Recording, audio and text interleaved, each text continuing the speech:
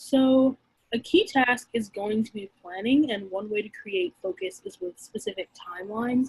You want to set short-term goals that can serve as stepping stones toward larger overall goals that you have as a campaign. However, you'll want to make sure the goals are realistic in terms of scale and in terms of the timing you give yourself. So make sure that you talk to one another and come up with them as a unit, so you can discuss is that something we can actually do. And then as a student organization, power mapping is another thing that is going to be super helpful in meeting your long-term goals. You'll want to sit down and brainstorm campus offices, other campus and community organizations, and then individual people in your area or on your campus that could be potential collaborations or opportunities to influence students. This should include some guidelines that you establish for yourselves as a campaign, as how your resources in terms of time and money and just overall effort can be distributed across goals and across tasks. You'll want to make sure that you take into account any potential challenges and difficulties that could arise while you're doing this, just so you've taken into account the problems you could have as you're coming up with what you're going to do, so it's not as many surprises.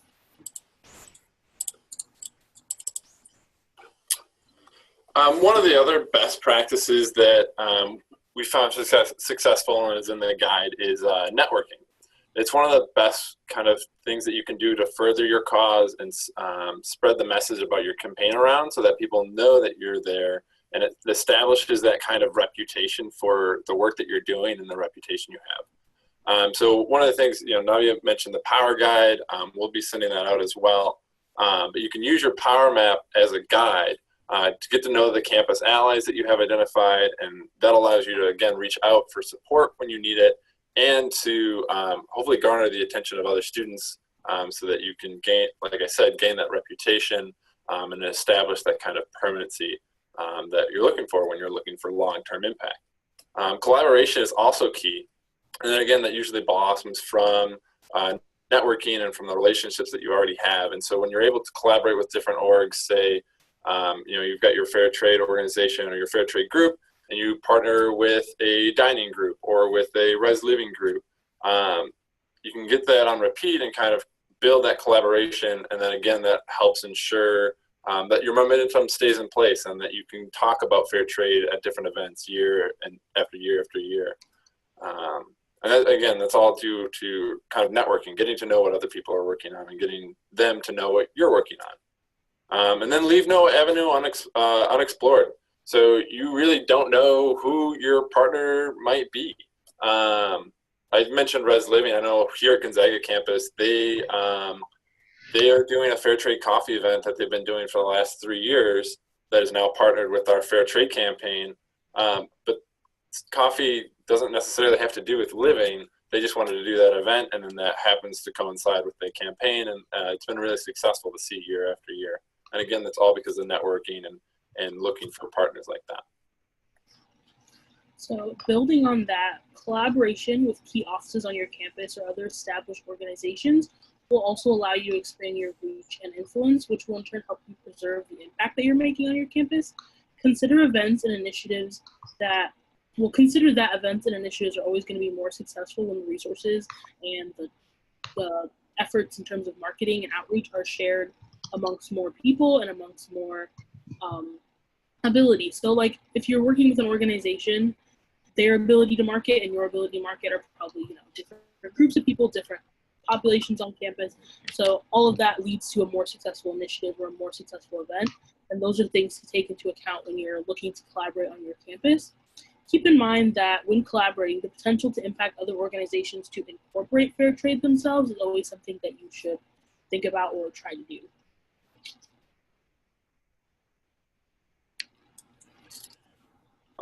One of the other things that you can do, and again, one of the best practices that we highlight in the guide, is establishing a home base within your campus. This is kind of meant to be a primary meeting space or a area or a section of the campus that you have as your home base, as something that you can always go to, that if a student just hears about fair trade, they know, oh, they meet, Monday night at 5 o'clock, I got to be there at this room to go and learn more. So it provides that opportunity for those seeking you and your information to come and find you. And also it serves as a way to regroup everybody you're working with, regroup your campaign, and allows yourself to focus on what you need to get done. So establishing a home base is a really good best practice. And as an additional note to having a home base, one of the things that a lot of campuses have found to be helpful, especially transitioning from year to year, is having a faculty advisor or a staff advisor, somebody who is a permanent kind of staff member at campus that helps transition from year to year. One of the great things about fair trade campaigns is that it can be a completely student-led mission, but it also can be led on behalf of faculty and staff and in partnership with students. And so if you're having trouble going from year to year, you want to find that or have a place for that institutional memory, having a faculty or a staff advisor is a really great place to start too. And again, that helps establish that kind of home base.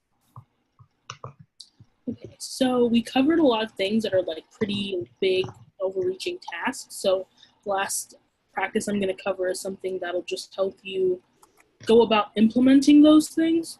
So as a campaign, you'll want to start by formulating a permanency plan, something that basically is you addressing most of the things that we talked about, but how you're going to do them specific to your school and specific to your campaign. For this process, you'll want to bring together as many stakeholders as possible in terms of students, or if you have faculty advisors or anyone who's involved, and just kind of gather perspective and ideas and then concerns people have, because a lot of times with campaigns, the efforts you'll have or be trying to have on campus in terms of administration or things like that, people who can bring all the different perspectives in terms of things that they think may come up is also as helpful as people who have ideas for things that you could do. This will better allow you to tailor your plans to your institution by having that brainstorm session. And this is also the opportunity to make the case for your campaign. So consider these questions when you're doing it. Are there other campaigns or fellows that are nearby or in your area that you could connect with or collaborate with that could help you move things along in terms of what you're doing? And then are there other campus organizations other than fair trade campaigns with similar missions that can incorporate fair trade and kind of, again, help you further the idea on campus? So, and then in our full guide, we have included several case studies, which we're not going to be able to go in depth as we did the practices today, but they're really helpful because they highlight and showcase how universities all over the country have actually utilized some of the things we talked about. So it'll show you different schools and how they went about doing things that we've mentioned today, and shows you kind of more tangible ways that you could go about doing things. The guide is included in the invitation you received, and it's the visual that we're showing you right now. And then we also did a previous training similar to this one where we focused on them a lot more, and that'll be available online. So if you want to watch it in the same way you're watching this, where we kind of discuss them and the significance of them and things like that.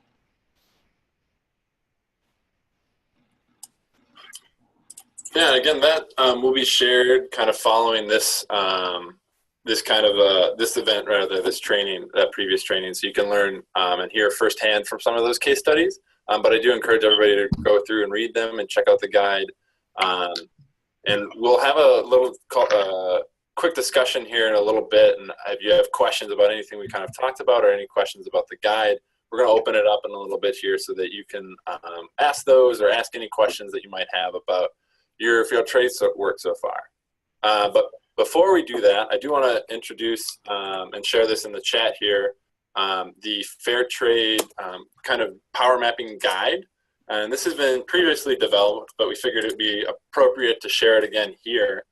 And this is a guide to doing kind of similar to what we were just talking about, creating those power maps, finding those organizations with similar missions, finding the events that already are on place with fair trade or could easily be adjusted with a little bit of networking to include fair trade, and then also looking at important individuals on campus. So, and that is really having to do with when you're talking about policy and things like that, or you're talking about finding the next fair trade president or leader for your campaigns. Again, trying to establish that long-term permanency. So I highly encourage you all to check that out. That'll be, again, in the follow-up material, but if you want to look at it now, I think, yeah, Kylie's got it up, and it's also in the chat as well. With that, I will kick it over to Bradley to do a little question and discussion. All right. Thank you, Nabi and Alex. Unfortunately, I've been dropping out of the video call, so I missed, I know the content, what you were saying. I run the risk of possibly repeating some things you said. And if I do drop out again, I trust the rest of the committee members to step in and take over this time. But we have about 20 minutes now planned in for this call to have some collaborative discussion. As we went through a roll call earlier, it was really amazing. Sounds like we're all over the country. I'd love to see, all these little dots on the map. But we want to get your input. So taking into consideration what Alex and Nabia shared, let's start by seeing what did you think of that? Did any of that resonate with you? Anyone have examples to share? We have campaigns in here that have achieved fair trade status already. We have some new ones. So is anyone willing to share something that stood out as a success, or one of the tips that they really want to try this year?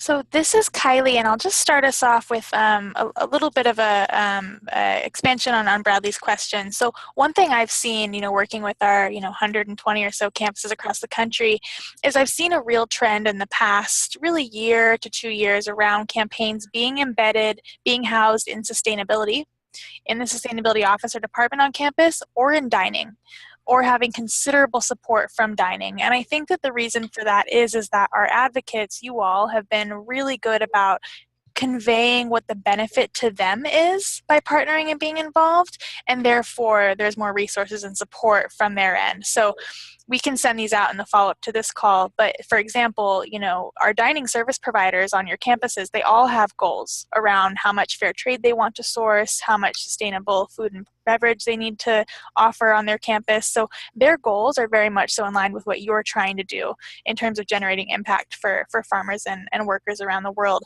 Similar with sustainability, a lot of sustainability departments have goals around community engagement, which the Fair Trade campaign on campus can really support through work with the local town effort.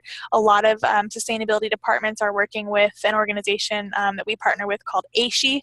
Many of you are familiar with the American Association for Sustainability in Higher Ed, and so they have goals around how sustainable they need to be. ASHE issues a rating for how sustainable your campus is. Being a fair trade campus counts as exemplary credits for that, right? So how do we tell these stories, and how do we share with sustainability, with dining, the value, the kind of what's in it for them? So just building off of Bradley's question, I'd be curious, is anyone currently partnering with or working with sustainability or dining, or maybe even another group that we're not thinking of, and how have you gone about that?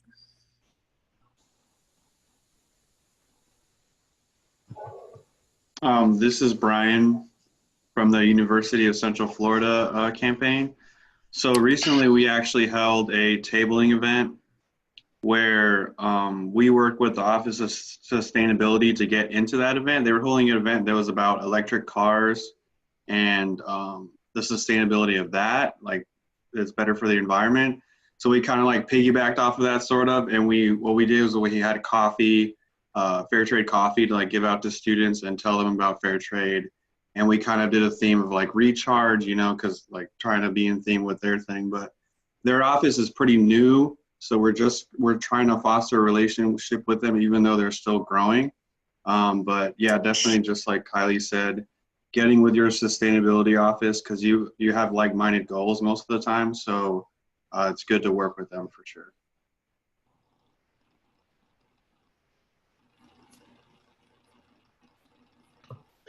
Awesome. Thanks for sharing that, Brian. That sounds like a great event. And thanks for kicking us off, participating. Off of Kylie's point, does anyone else have any other anything to share about connections with sustainability efforts on your campus? So I'm also I'm like in charge of outreach for the main environmental committee at my school. And we're holding an event in the next month that's about sustainable eating habits and stuff like that, just around farming and sustainable agriculture and humane animal treatment and stuff like that. And I think it'd be really cool since I'm also in the anti-trafficking group on campus, and that's where our fair trade campaign is coming from, to have like a table there maybe. I'm still trying to figure out how to piece it all together.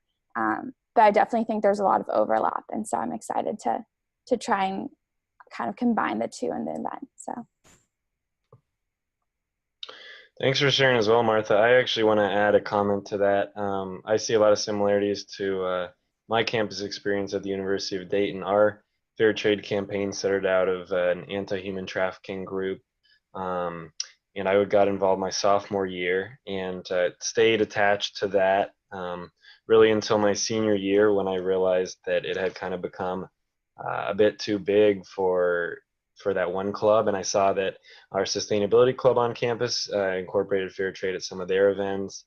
We had a student run business operation on campus. So I saw these other groups were doing things that were related. And so at the end of last year, what we tried to set up at University of Dayton was a coalition of leaders from those different clubs that would come together for the fair trade committee. So making it something else.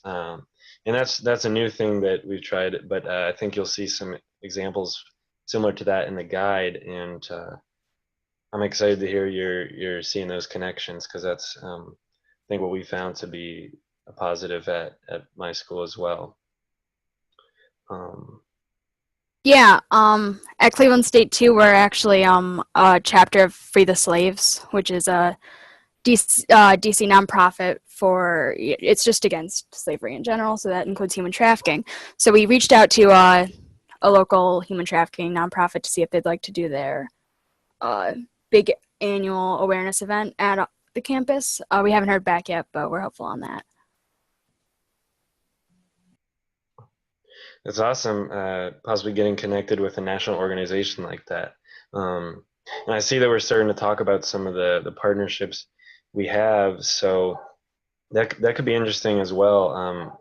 Maybe stuff we haven't thought of, but if you want to go around, some of us have shared, but the others who haven't shared in this session, what groups are you currently partnering with on campus, or which ones are you hoping to bring into the fair trade picture in this coming year? So again, I'm Carrie Davis from St. Mary's College in California, and we've had fair trade status for about 5 years now, and for us it's housed in our mission and ministry center. That's where I'm on staff, and Daisy and Melissa are student leaders in our office. And so when you talked about having a home base, I think we're pretty fortunate. We have sort of a built-in home base. We have a student lounge where once a month we turn into sort of a coffee lounge, and we have our Fair Trade Fridays. And that's sort of, so we've been doing this for a few years now. So students, and faculty and staff know too, they can come for free coffee, and, we have other educational pieces about fair trade that they can look at. We sell some fair trade items as well.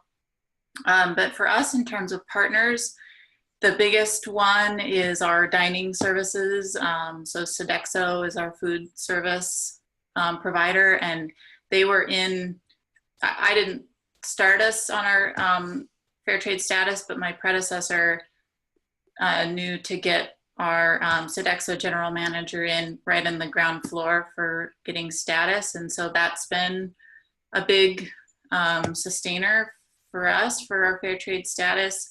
We just got a new Sodexo general manager, so we're hoping that she is equally on board. I think so. We'll see. But when Kylie, I think you mentioned the fact that a company like Sodexo would probably have its own goals in terms of fair trade. That's something that I should probably revisit with the new GM, because I don't know what their goals are, and that could be an easy way tap in to get even further support from dining services. Yeah, thanks for that, Carrie, and absolutely. So just for everyone on the call, we will also send this out in the follow-up, but we've just published a new guide a few months ago on how to work with dining, how to collaborate with dining. And what we've done in that guide is we've actually customized for each of the major food service providers, Aramark, Sodexo, Bon Appetit, Chartwell's Compass, an overview of how they've engaged with fair trade thus far, what their offerings are, what their sustainability plan is in regards to fair trade, and then which of our campuses have campaigns that are serviced by those food service providers. So 100%, Carrie, thinking about Sodexo, I know they've been very supportive of events at St. Mary's, your annual Fair Trade Fair, which I've had the privilege of attending in the past. And so for a company like that, they have an entire plan focused around sustainability and sustainable and ethical sourcing, of which fair trade is a part. So, I say that as well for students that are not only looking to partner with, dining and with these groups on campus, but also maybe are working on the product sourcing goal. Many of you at startups at these large campuses and small are still working on getting the products into the outlets, and a lot of time leaning on those food service providers and finding out what they already have. Sometimes it's not apparent, and then you might realize, oh, this brand of coffee or tea offered by Sodexo actually is fair trade. And so you've already covered your outlets by being on a Sodexo campus. So that's something that we'll follow up with everyone after the call. But yeah, I'm glad that, Carrie, you've had such success, at least in the past up until now, and hopefully that continues collaborating with dining.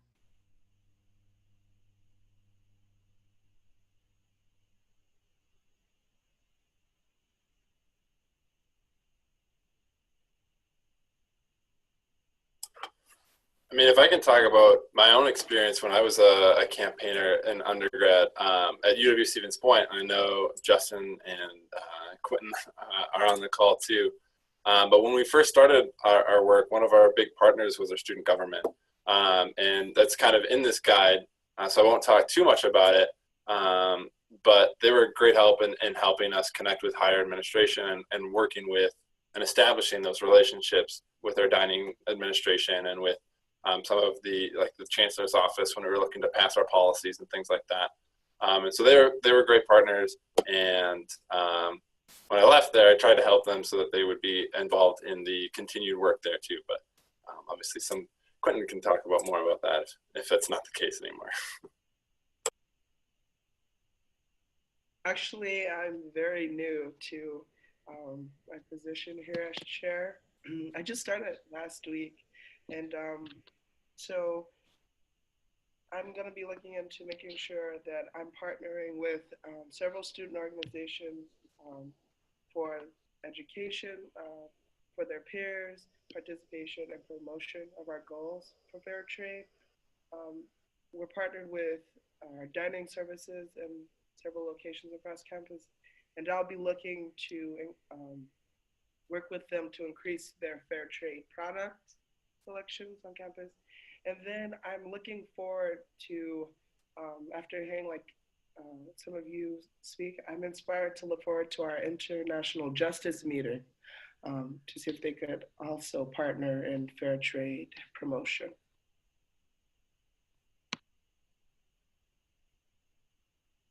Great, that's awesome. I fell out again for a moment there. I'm glad the conversation kept going. Clary, I see you unmuted, about to say something, or? But you could go. Go ahead if you're going to say something. Oh, I was just going to say, one thing that we've been doing at Rockhurst is we've been partnering with student development and student activities board to work on more sustainable fashion. So we've been trying to get it worked into we're working with student government right now to kind of work up a plan so that all of the T-shirts that Rockhurst provides will be fair trade T-shirts. And right now we're actually at a really good place where our contract has just run out with a different company. So we're working with student government to find a new a different company so that offers fair trade options, so that'll be more accessible to Greek life and different organizations in that way.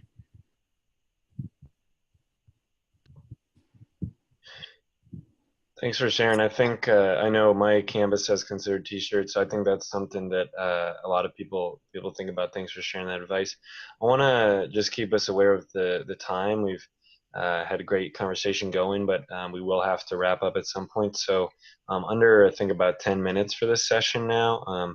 And if anyone has had a question come up based on what some of the other campaigns are sharing, maybe the easiest way, so you won't feel like you have to shut in, go ahead and pop that in the chat section, and then I can bring it up when there's a pause in the conversation.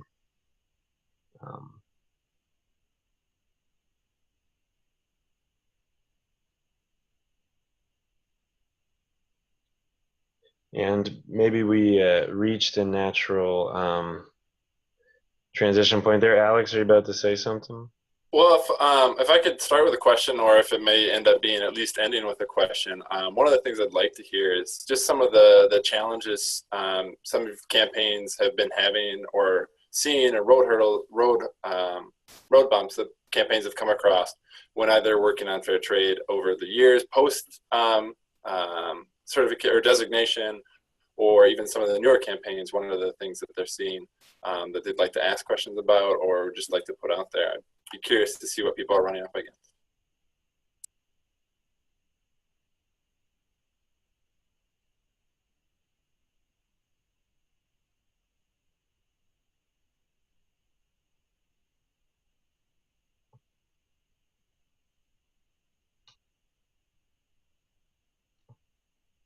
That's a good question. Tough one. Again, if someone has a comment, you can put that in the chat, and we can put it out there and see if someone has has experienced that challenge and has any ideas for you. Not to put anyone on the spot, but I would be curious, we have a couple of our larger campuses on this call that are new, so these larger state and public schools. I know that, finding a home base for you is particularly challenging. And also a couple of our campuses on this call who I know you've been active for some time. You had some, kind of transition in leadership, and it was a little bit rocky there for a while. Maybe how did you relaunch? How have you kind of gotten the campaign back on track with your partnerships? I just want to speak to that real quick, just because as a campaigner, but also as a fellow, I've kind of seen a lot already. And when I first started my campaign, I was working by myself. So that's kind of overwhelming, of course, to feel like you're the only person there. So just this is more of a reminder than anything else, make sure you use this whole team as a resource, because everyone is here to help. And all the other campaigns out there, there's probably one that's faced the same problems that you're dealing with now. And it's really good to remember that, hey, if other campaigns have solved that, so can you. And it's just making sure that you do reach out and you do utilize those resources instead of just struggling by yourself. Just, friendly reminder, because our campaign, I started it in 2016 and it's almost designated. We're almost there. So it might take a little longer than you think, but it's possible, guys.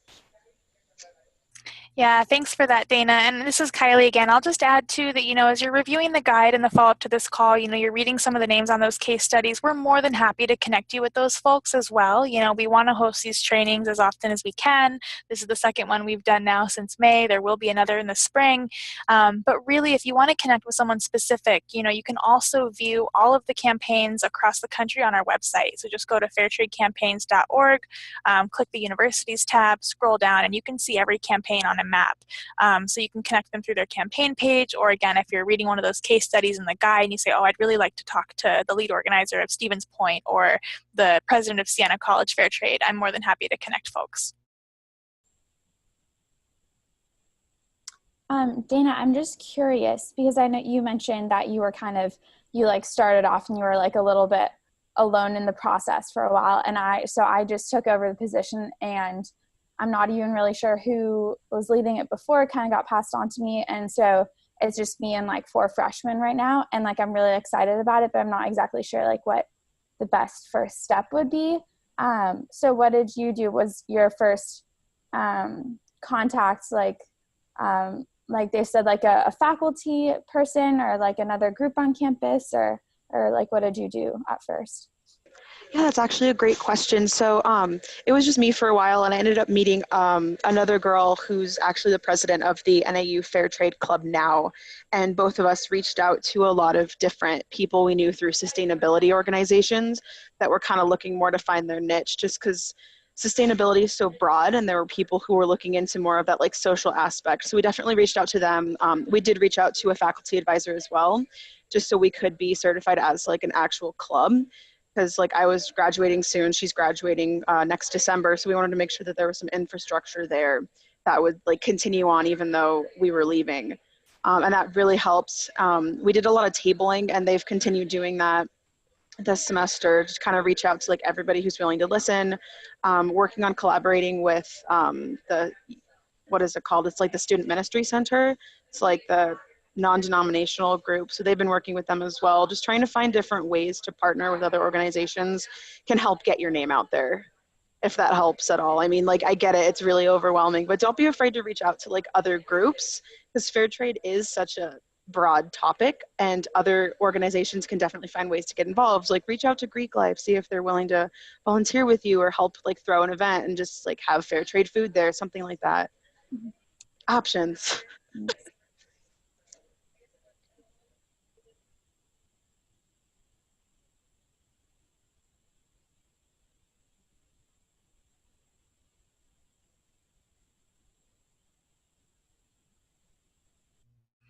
So I see Brian from UCF here added a comment in the chat. Being such a large campus, we are having trouble getting through the bureaucracy of the different organizations on campus. So again, UCF, for context, I think they're, don't quote me on this, but like the 5th largest campus in the United States. Huge, so it's 50,000 students and up. Many times it's difficult to get in contact with the right person that can help. Any experiences from larger campuses and how they overcame that would be awesome. So just to start responding to this, and everyone else from a larger school, please jump in. I would say really that power mapping piece, going back to that, because you are just one committee, and so even if there's 5 or 10 of you and you're involved in fair trade and passionate about your campaign, you still can't do everything. So really thinking about going back to that table, which we'll send and follow up and see who is interested, who is available, who is maybe not interested and not available, and just really being careful with how you approach folks and what your time looks like. And Dana, to your point, connecting fair trade with different issues, right? So when we think about the social, economic, and environmental pillars, those really are issues that so many different groups on campus are working with. And so on a campus the size of UCF, I think also I would say going to those groups and organizations that have kind of umbrella overarching work across all 3. So like sustainability at UCF, I know you all, Brian and team, have partnered with them a little bit here and there, and we're going to work on that partnership even more. But think about a well-resourced, established office like sustainability that's not just interested in the environmental side, but also in social sustainability and also in ethical sourcing as well. Kylie, did you have a chance to address the comments in the chat? Is that what you're... Yeah, so I just addressed Brian from UCF, and if anyone else on a large campus has an idea about how maybe they've been like streamlined or strategic in who they've engaged, feel free to call it out. But I know that from my perspective, I was just saying, go for those campuses, those offices where they have far reach, right? And so you're able to, with just a little bit of outreach, connect with a lot of people at once. Okay, and so have we discussed Gilberto's comment yet? No? Okay, well, in case it hasn't been said, going back to, I believe it was Martha's question and Dana was answering, as you leave this call, we're not just talking about the advocacy guide for fun, but that's stuff that I learned really through practice, not until my last year. But I'd say, reaching out to different groups, it can seem overwhelming, I think, without kind of having a plan. And I think that's a nice thing, the tips in the guide, it's really nice to, okay, what is our plan? What is our goal? Maybe we're not going to do all this right now, but this one thing is first. And then staying organized. We're reaching out to this group, to these few groups right now. We'll see how that goes. We'll regroup. Because, yeah, especially if you're doing this work as a small group, you want to be able to see progress and, not overstretch yourselves and burn out. And that gets a little bit to what Gilberto's comment was. He was wondering about advice for getting more student involvement.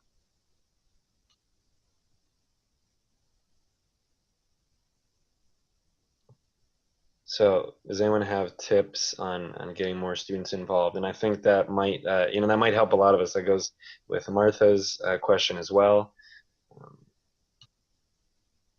I would say that from my experience partnering with like people who are saying I work with a club that has another social issue or cause that they advocate for that is like a facet of fair trade is probably one of the best ways I could think of, only because the campaigns aren't as conducive to like just clubs or like club members as other organizations where like, oh, we're just a club that meets on like there's a lot of work involved, and so like most people that are involved, like it's almost like how most clubs have like a board level and then have like a general membership.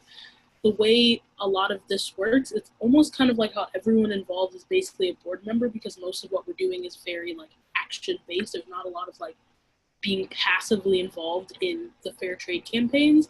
And so I feel like being partnered with other groups and being a component of another group where they take on that just being a student club aspect of it already, and then people who are really involved, really excited, or really committed can kind of like be further involved by being a part of this.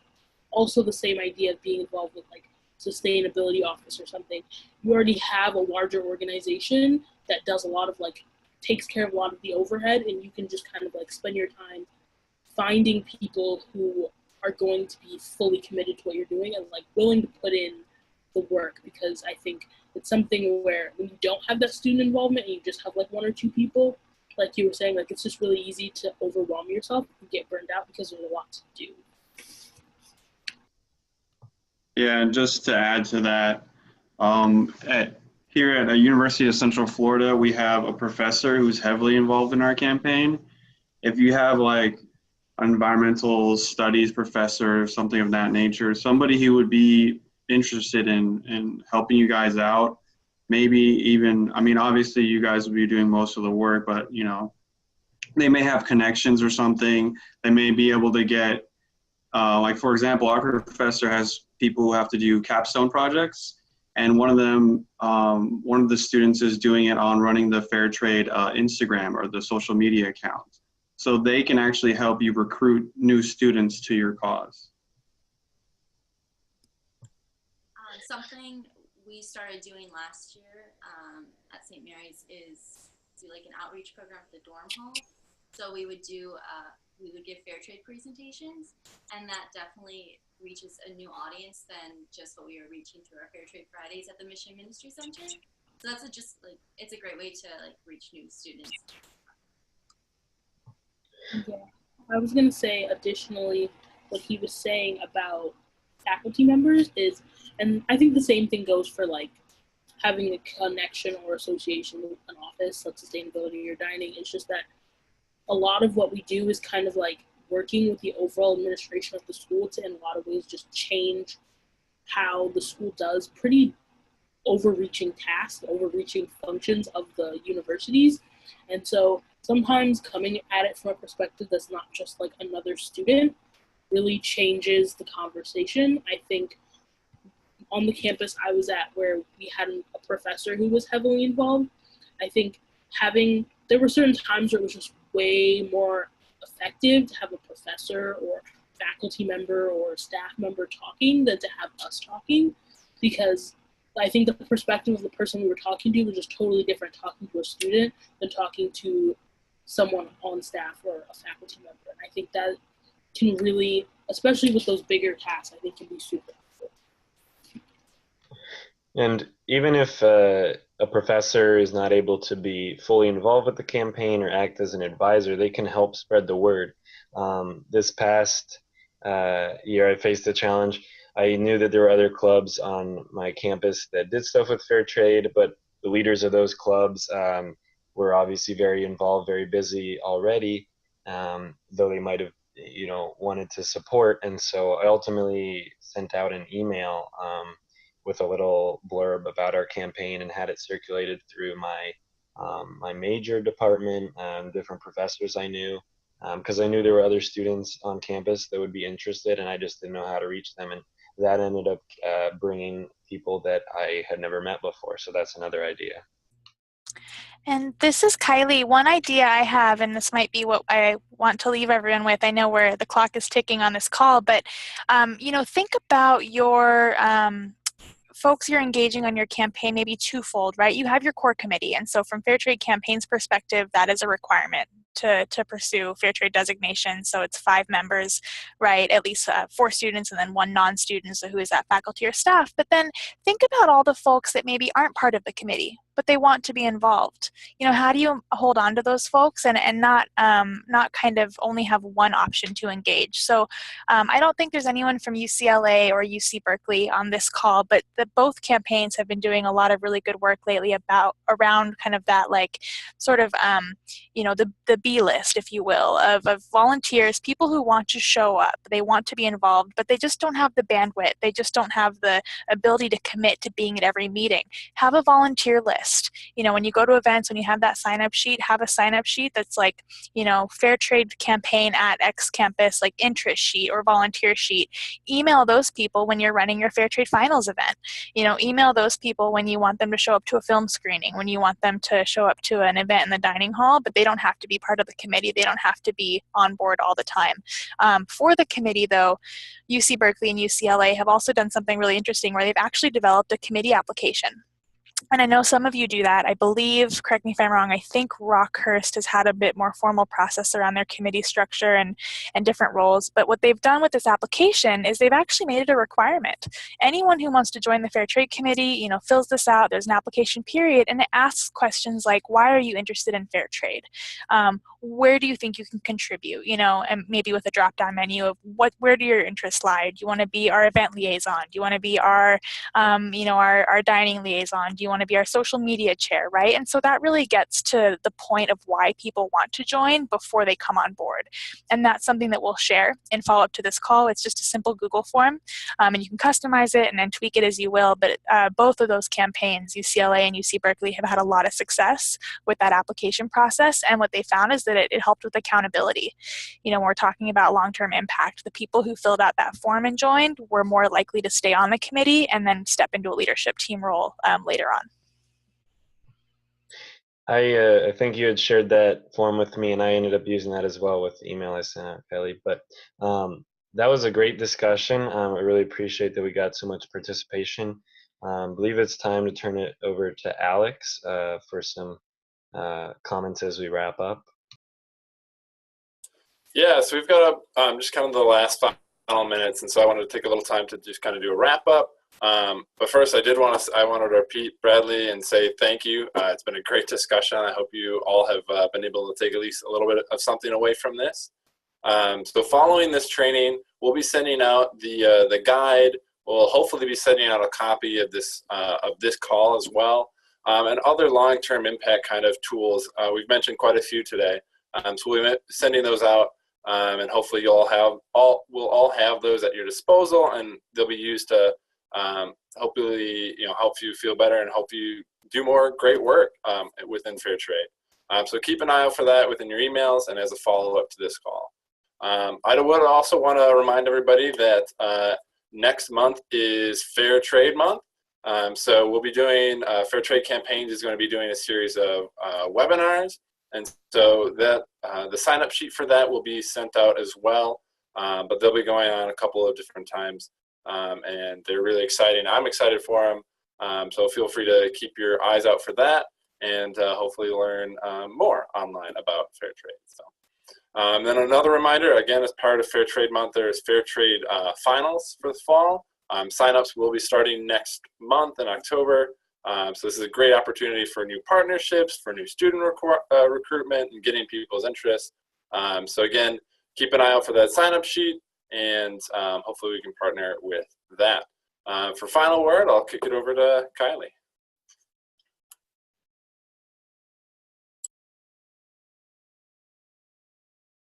Great. Thank you, Alex. So just to echo Alex and Bradley, great discussion, everyone. It's inspiring to bring together so many advocates from around the country, and we do plan to do more of these trainings, so stay tuned. I will just note on the Fair Trade Month series, the first in the series is Engaging Campus Decision Makers. It's all about engaging dining, engaging sustainability, how to really, again, align with their goals. We have speakers from UCLA and Arizona State on that call, so that I believe is October 10th. But if there's any Fair Trade Month webinar that would be particularly of interest to this group, I'd say it would be that one. And then in the last 2 minutes, I just want to leave everyone with an announcement, a very exciting announcement that we are hosting another national conference. Our 2019 Fair Trade Campaigns Conference will be in March, currently looking at the weekend of March 8th through the 10th in Chicago. So more to come on that. I'm not going to go into too many details now because we don't quite have them all. But I want to make sure everyone on this call, just because you're so engaged in our work, you're doing such good work on campus, knows that we will have a suite of resources on campus funding available. So really, who do you reach out to get funding to attend a conference like this? How do you justify your attendance? Really, what will you be getting out of attending? And also opportunities to enroll your campus as a partner. So again, we're thinking about, how do you speak to your campus to kind of meeting their sustainability goals and having them get recognition as well for the work that you all are doing. And so the campus partnership of the conference can be a great way to do that. And, this is just a kind of micro example of the conference, and that we can all gather and learn from each other and network. And so I really look forward to that in March and more to come. And if you received the invite for this call, you're on our email list, and that's where you'll get the first information about the conference. May I make one comment? If you saw the emails about this training, we mentioned a social media contest, and we'd love for you to share about this experience, share about your campaigns. I think it's always important to recognize, as we'll be able to in the spring, come together at a conference, hopefully. We're working on these things on our individual campaigns, but it's those are small impacts, and when we come together, it's all making a bigger impact. So it's great to let people know, connecting with others around the country. If you participate in a social media campaign, please let us know so we can look at your post and see the amount of likes and shares that you got. Thanks. Yeah, and if you use the hashtag capital F, capital T campaigns, FT campaigns, we'll be able to find your post across any social channel. So especially if you are a campus with a larger social media following for your campaign, definitely do share out what you learned today.